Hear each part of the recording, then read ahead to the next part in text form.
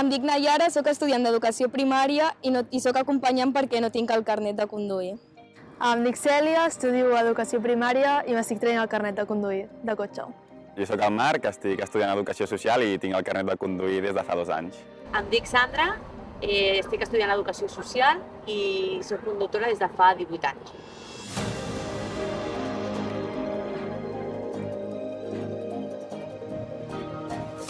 El blau, no?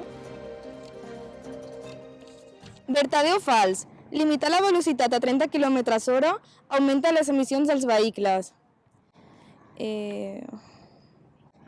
Fals. O sigui, no crec que limitar la velocitat sigui el problema de les emissions. Fals, ja que als carrers amb límits de velocitat reduïts, els vehicles es desplacen amb menys acceleracions i desacceleracions, reduint les emissions i el desgast dels pneumàtics, generant menor contaminació. Quin és el límit de velocitat recomanat per a àrees urbanes on circulen automòbils, motocicletes, ciclistes, vianants segons la nova normativa de circulació?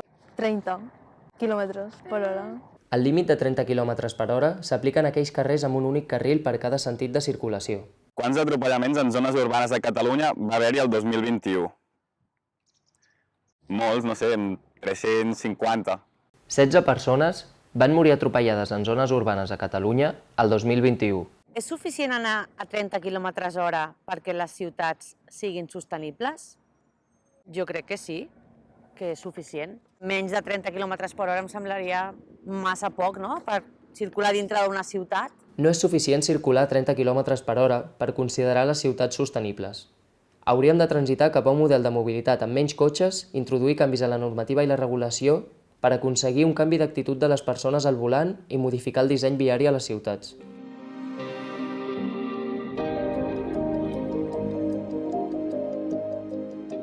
El 2015 a Catalunya van morir 261 persones en accidents de trànsit i l'any passat 231.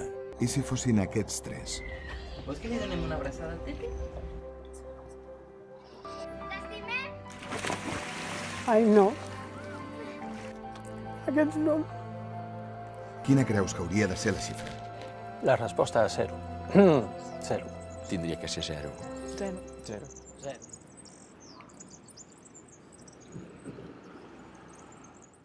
Com et sentiries si les víctimes fossin familiars o persones properes a tu?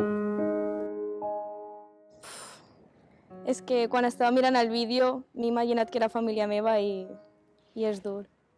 Sí, sí. Doncs que 0 víctimes. O sigui, el millor són, encara que sigui un número molt baix, l'ideal és 0 víctimes, no?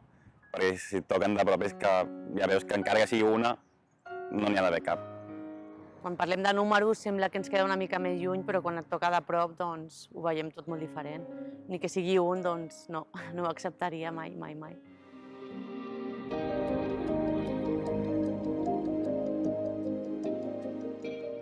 Primer de tot, respectar les normes i la velocitat. Guardar el mòbil al maletero. Aprofitar per aprendre a conduir bé i responsable. Crec que és una tentació molt perillosa. No passa arribar 2 minuts més tard a un lloc, no vindrà d'aquí i pots estalviar molt dolor.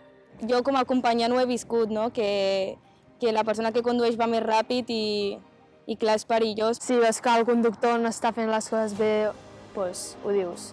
O sigui, no ve de 2 minuts, és un esforç molt petit, realment. Conduir requereix atenció i seguretat. L'estil de conducció és una elecció que cada persona pren al volant. La conducció tranquil·la fa que el conductor no prengui riscos, a més de millorar el seu entorn, el d'altres conductors, vianants, motoristes, ciclistes i el mateix medi. Desaccelera. La conducció no és un joc. Circula a 30 km/h. Salva vides. I tu? Quin compromís podries assumir per millorar la teva actitud com a conductor o acompanyant al cotxe?